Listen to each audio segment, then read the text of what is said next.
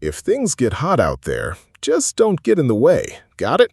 Sergeant Ryan Miller said, as the entire armored vehicle burst into laughter as the Marine convoy moved through a desert road near Kandahar. The only woman among the 12 soldiers, Corporal Emma Collins, sat silently by the door, staring into the darkness beyond the armored glass.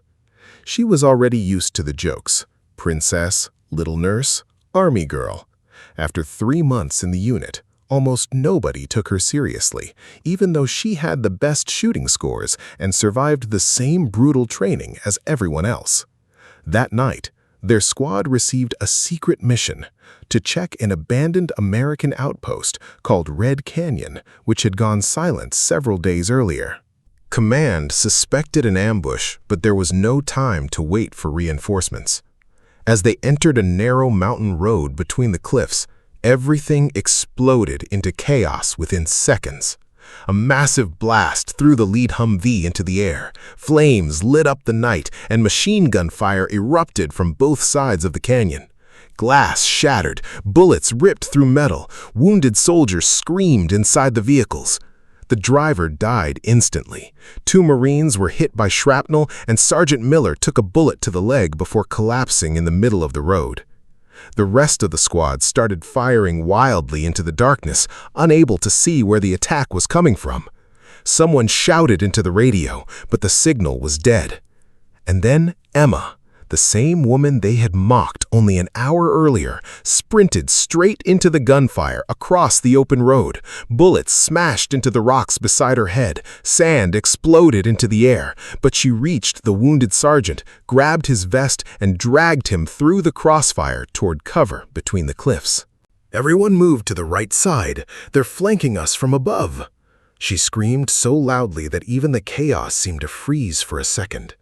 At first, nobody listened, but moments later a grenade exploded exactly where the squad had been standing seconds earlier, and suddenly everyone realized Emma saw the battlefield more clearly than any of them. She quickly reassigned positions, ordered 2 Marines to cover the rear, grabbed the machine gun from a fallen soldier, and began holding the enemy back herself. The attackers kept descending from the cliffs, convinced the Americans were already finished, but every time they exposed themselves, Emma's precise fire forced them back into cover. At one point, a young Marine named Jacobs panicked after seeing his friend wounded and froze in the middle of the road.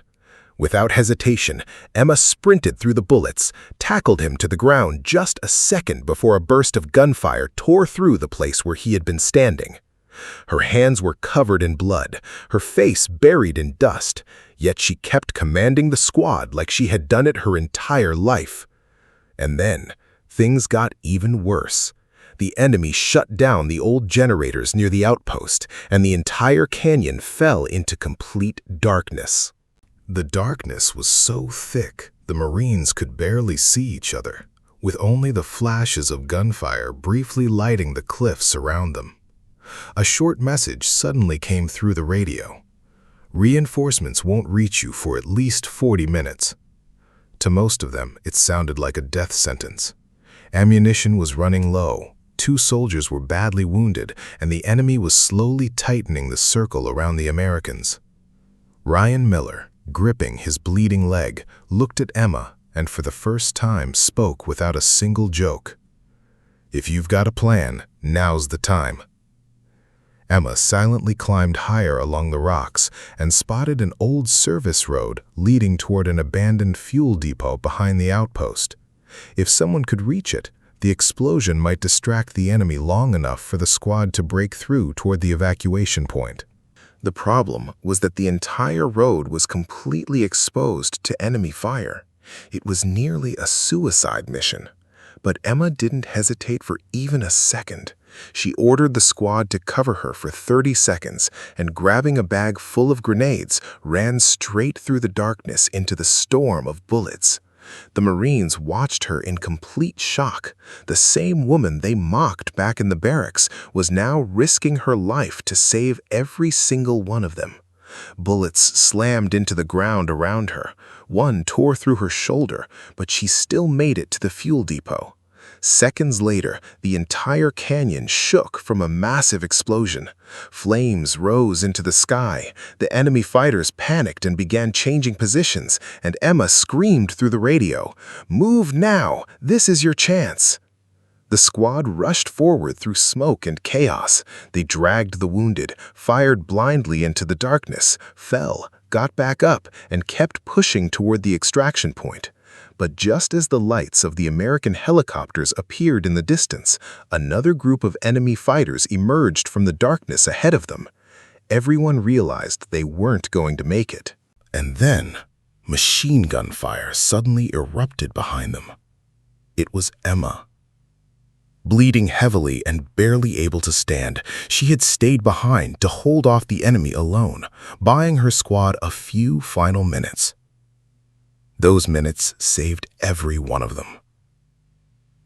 When the helicopters finally lifted the Marines into the air, Ryan Miller kept staring down into the darkness below, convinced she hadn't survived. But several minutes later, one of the pilots spotted a weak flashlight signal blinking among the rocks. Emma was found unconscious near the destroyed fuel depot, her empty machine gun still clutched in her hands. A week later, back at the base in California, the entire unit stood in formation as the commander awarded her the Silver Star for heroism.